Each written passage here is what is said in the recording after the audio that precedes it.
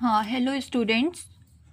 हमने previous session में continue किया था गॉस डाइवर्जेंस थ्योरम। तो लास्ट मोमेंट में वीडियो अपने आप एंड हो गया था, तो है ना। तो हमने सिर्फ इसमें कार्तीय निर्देशांकों के रूप में बस तक पढ़ा था। फिर ये वीडियो एंड हो गया था, अपने आप स्टॉप हो गया था, तो फिर से मुझे दोबारा रिकॉर्ड करना पड़ा था। तो हाँ, तो हम ये जो लिखा हुआ है इसको मैं फिर से एक्सप्लेन कर देती हूँ, ठीक है बच्चों। तो क्या था कि हमें इसको प्रूव करना था, ठीक है। तो हम प्रूव करने के लिए एक नेक्स्ट प्लेन पेज ले लेती हूँ मैं।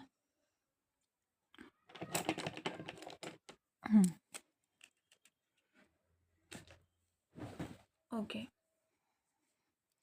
तो बच्चों हम इसके प्रूफ में आ गए थे। तो प्रूफ याद था हमारा क्या, कार्तीय निर्देशांकों के रूप में इसको हमें सिद्ध करना था, है ना। जो क्वेश्चन हमारा ये आपको दिख रहा होगा, क्वेश्चन लिखा हुआ है। हमें हमारा जो गोल है वो इस क्वेश्चन को सॉल्व करना है। तो इस क्वेश्चन को सॉल्व करने के लिए पहले मैं इसी को बताती हूँ, फिर नहीं अगर क्लियर होता है फिर भी किसी को, तो फिर मैं इसमें अगर लगेगा कि हाँ नहीं क्लियर है तो फिर से लिख दूंगी, ठीक है बच्चों। तो देखिए, तो कार्तीय निर्देशांकों के रूप में जैसे ये डेल डॉट ए था ना, तो हमने सिंपल यहाँ पे वैल्यू पुट कर दी। डेल की जो वैल्यू होती है वो इतनी होती है, ए की इतनी होती है। तो इन दोनों का जो डॉट प्रोडक्ट होता है, हमें पता है ना कि आई डॉट आई क्या होता है ना। यहाँ पे आप लिख भी सकते हैं, आई डॉट आई जो होता है वो होता है 1, है ना। इसी तरह सिमिलरली जे डॉट जे भी 1 होता है, के डॉट के भी 1 होता है, डॉट प्रोडक्ट। तो ये उस हिसाब से ये ऐसा हो गया, और डी वी जो है हमारा वो d x D Y D z हो गया, ठीक है बच्चों। तो ये हमारा इक्वेशन नंबर 2 हो गया था, हमने मान लिया था, है ना। तो अब हमें क्या करना था कि ए डॉट डी एस निकाल लेना है, क्योंकि हमें इन दोनों को प्रूफ करना है ना बच्चों। तो क्योंकि पहले हमने ये फिर निकाल लिया, फिर इसके बाद हम ये निकाल लेंगे। तो ए डॉट डी एस निकाल लिया, सरफेस है, ये सरफेस है, ठीक है। तो इसका कंपोनेंट ले लिया, इसका कंपोनेंट ले लिया, तो दोनों का डॉट कर दिया, ठीक है बच्चों। तो ए एक्स और डी एस एक्स है, तो डी एस सरफेस है, तो अगर एक्स एक्सिस में ले रहे हैं तो ये वाई जेड में होगा। तो इसमें कुछ है नहीं, तो हम ना हो तो हम यहीं पे समझा दिए। अब हम इसके कंटिन्यूएशन में चलते हैं, ठीक है बच्चों। तो हमारे पास इक्वेशन नंबर 3, समीकरण नंबर 3 जो था वो इस तरह से था, ठीक है बच्चों। तो चलिए हम आगे चलते हैं। सभी को क्लियर हो गया होगा, इसमें कुछ है नहीं ना। अब जो होगा, अब रियल प्रूफ आएगा, तो थोड़ा टफ भी हो सकता है, तो फिर भी सिंप्लीफाई करने की कोशिश करेंगे। पर कोई भी बच्चा डरेगा नहीं, है ना। कोई भी डाउट होगा तो कमेंट बॉक्स में आप पूछिएगा बच्चों। तो हम कहाँ पे थे, हाँ, इक्वेशन नंबर 3 में थे। तो इक्वेशन नंबर 3 को हम थोड़ा सा इसको एक लाइन में एक्सप्लेन कर देंगे। यहाँ से आप लिखेंगे अतः अतः समीकरण अतः समीकरण 1, 2 और 3, इसको हमने एक मान लिया था। ऊपर लिखा हुआ है, इसको हम दिख रहा है, नहीं दिख रहा है, हाँ, इसको हमने एक मान लिया था। तो 1, 2, 3 है ना, आप लिखेंगे यहाँ पे 1, 2 और 3 से कार्तीय निर्देशांकों के पदों में गॉस प्रमेय के निम्न अनुसार लिखा जा सकता है। तो किस तरह लिखा जा सकता है बच्चों, किस तरह लिखा जा सकता है, तो हम इसको लिख देंगे इस तरह से। मैथमेटिकली तो दोनों मीडियम का एक ही रहेगा, तो इंग्लिश मीडियम वाले बच्चे भी दे सकते हैं, ऐसा कोई वो नहीं है। पर स्पेशली क्योंकि हिंदी मीडियम के बच्चों को ज़्यादा दिक्कत होती है, तो है ना, तो कई बार वो नहीं समझ पाते, तो इसके चलते हम बना रहे हैं। बाकी ये बाईलिंगुअल है ना।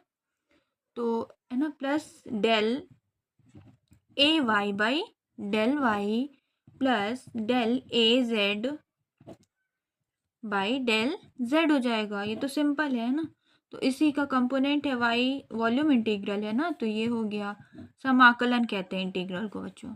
तो ये सरफेस इंटीग्रल है, पृष्ठ समाकलन कहते हैं। तो ए एक्स डी एस एक्स हो गया, plus A Y D S Y हो गया, ऐसे ये, plus A Z D S Z हो गया। तो ये इक्वेशन नंबर 4 हो गई, ठीक है बच्चों। तो चलिए अब हम यहाँ पे लिखेंगे समीकरण 4। लिखिए आप लोग। समीकरण 4 के बाईं ओर के प्रथम पद पर विचार करते हैं। इसे x के सापेक्ष समाकलन करने पर अर्थात चित्र में दिखाई गई सतह S, चित्र बना दें। चित्र में दिखाई गई सतह x एक हम चित्र बना देते हैं। ठीक है बच्चों, ये थोड़ा सा सिंप्लीफाई करने के लिए है। अगर आपको नहीं बनाना है तो कोई दिक्कत नहीं, पर जब हम एग्ज़ाम देते हैं ना तो हम सामने वाले को बताते हैं कि हाँ हमसे ये आता है ना, तो बताने के लिए हमें सब बताना पड़ता है बच्चों। ठीक है, तो ये हो गया। नहीं बताएंगे क्लियरिटी नहीं होगी। ठीक है, तो ये हो गया कुछ इस तरह से। तो हमने ये एक सरफेस बना दिया। ठीक है, तो सरफेस बना दिया। ये है dx1, इसको dx1 मान लेते हैं और इसको dx2 मान लेते हैं। x एक्सिस में अगर ले रहे हैं तो हम x मानेंगे। ठीक है, ठीक है। अब ये है P1, x1, y1 और z1। ठीक है, इसी तरह से ये है P2, x2, y2 और z2। ये है सरफेस S। ठीक है, चलो अब हमने क्या लिखा था कि इसे x के सापेक्ष समाकलन करने पर अर्थात चित्र में दिखाई गई सतह S को एक पट्टी जिसका परिच्छेद dy dz है के अनुदिश P1 x1 y1 z1 से P2 x2 y2 z2 तक समाकलन, इसको ऐसे लिखेंगे, तक समाकलन करने पर हम पाते हैं कि क्या पाते हैं हम, यहाँ पे दिख रहा है ना सबको। ठीक है, हम यहाँ से लिखते हैं। तो पाते हैं कि जो वॉल्यूम इंटीग्रल है ना बच्चों, तो del a x by d x है। डेल एक्स लिखेंगे यहाँ पे, डी एक्स यहाँ पे होगा। D Y D Z is equals to surface integral है, मतलब पृष्ठीय समाकलन ए एक्स, देन इंटीग्रल होगा, है ना, सॉरी ए एक्स का हम कंपोनेंट लेंगे, P1 और P2 में है ना, तो चाहिए आप चाहें तो इसको ऐसे भी लिख सकते हैं। जैसे ये है P1, हाँ P1 P2,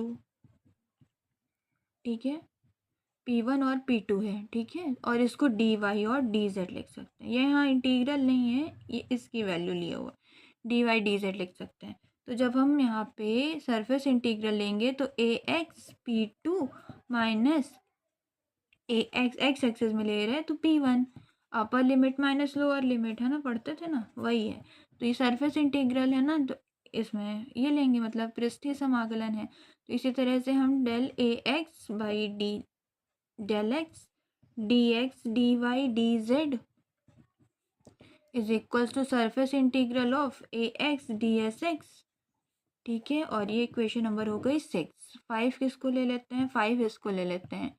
ठीक है बच्चों, अब यहाँ पे आप लोग लिखेंगे कि जहाँ दाईं और पृष्ठीय समाकलन पूरे पृष्ठ पर लिया गया है इसी प्रकार सिद्ध किया जा सकता है कि यहाँ पे लिखने के बाद लिखेंगे, सिद्ध किया जा सकता है कि del A Y by del Y D x D Y D Z is equals to surface integral of, यहाँ पे लिखेंगे ए होगा ना, A Y D S Y. Equation number 7 लिख दिया है ना।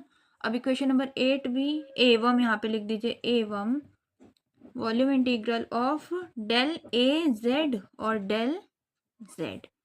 ठीक है बच्चों, d x D Y D z. ठीक है बच्चों, यहाँ पे हम ना क्वेश्चन सॉल्व कर रहे हैं ना, पी वाई क्यूज, तो उसके अकॉर्डिंग हम लोग जल्दी जल्दी कर रहे हैं। बाकी अगर एनालिसिस चाहिए तो हमें कमेंट बॉक्स में कमेंट करिएगा, तो फिर हम इसका और डिटेल पार्ट करेंगे कि ये कैसे प्रूव होती है ना। तो ये हो गया हमारा इक्वेशन नंबर 8। अब हम आगे क्या करेंगे बच्चों, हमारा 7 8 इक्वेशन हो गया। अब हमने इसके तीनों कंपोनेंट निकाल लिए। अब हम नेक्स्ट स्टेप में क्या करेंगे कि इन 6 7 और 8 इक्वेशन को, अब इसके काम खत्म हो गया है, हम 6 7 8 इक्वेशन को हम क्या कर देंगे कि तीनों को हम ऐड कर देंगे। तो ऐड करने पर हमारे पास क्या आ जाएगा, एक जनरल वी आ जाएगा। जब हमने तीनों को ऐड कर लिया, किसको, 6 7 8 को, तो यहाँ पे लिखेंगे आप अतः समीकरण 6 7 और 8 जोड़ने पर है ना, A X del X plus del A Y del Y plus del A Z और अपॉन डेल जेड। ठीक है बच्चों, तो ये हो जाएगा del x D x D Y D Z is equals to क्या हो जाएगा, surface integral of A x D S X plus A Y D S Y plus A Z D S Z. ठीक है बच्चों, तो ये हो गया। तो देखिए, तो अब हमने ये बता दिया। अब या हम इसको इस तरह से भी लिख ले सकते हैं कि सबका कंपोनेंट ना निकालें, सिर्फ हम सबकी जगह पे हमने बताया था ना डेल का यूज़ कर दें, तो वेक्टर डेल लिख दें, वेक्टर ए लिख दें और डी वी लिख दें। ठीक है बच्चों, तो सरफेस इंटीग्रल हो जाएगा vector A dot D S vector. ठीक है, और यही हमें प्रूव करना था, तो सिंपल। अब हम नेक्स्ट वीडियो से क्या करेंगे, दूसरा क्वेश्चन सॉल्व करेंगे। ठीक है, हम एक वीडियो में एक ही मतलब थ्योरम को प्रूव करने की कोशिश करते हैं, ताकि सभी बच्चों को वीडियो देखने में एक्सेसिबिलिटी हो, सुविधा हो। ठीक है बच्चों, तो यदि मतलब सॉरी, इसी को यही यहाँ पे लिख देंगे, यही गॉस का डाइवर्जेंस प्रमेय है। ठीक है, this is your Gauss divergence theorem. यही गॉस का डाइवर्जेंस प्रमेय है। ठीक है बच्चों, प्रमेय है। ठीक है, प्रमेय है, प्रमेय है। ठीक है, तो थैंक यू। इस वीडियो में इतना ही। अब हम नेक्स्ट जो हमारा वीडियो बनेगा वो स्टोक प्रमेय का होगा। स्टोक प्रमेय भी बहुत इंपॉर्टेंट है बच्चों, तो never forget to see this video. Thank you, stay updated, stay to be continued. Thank you.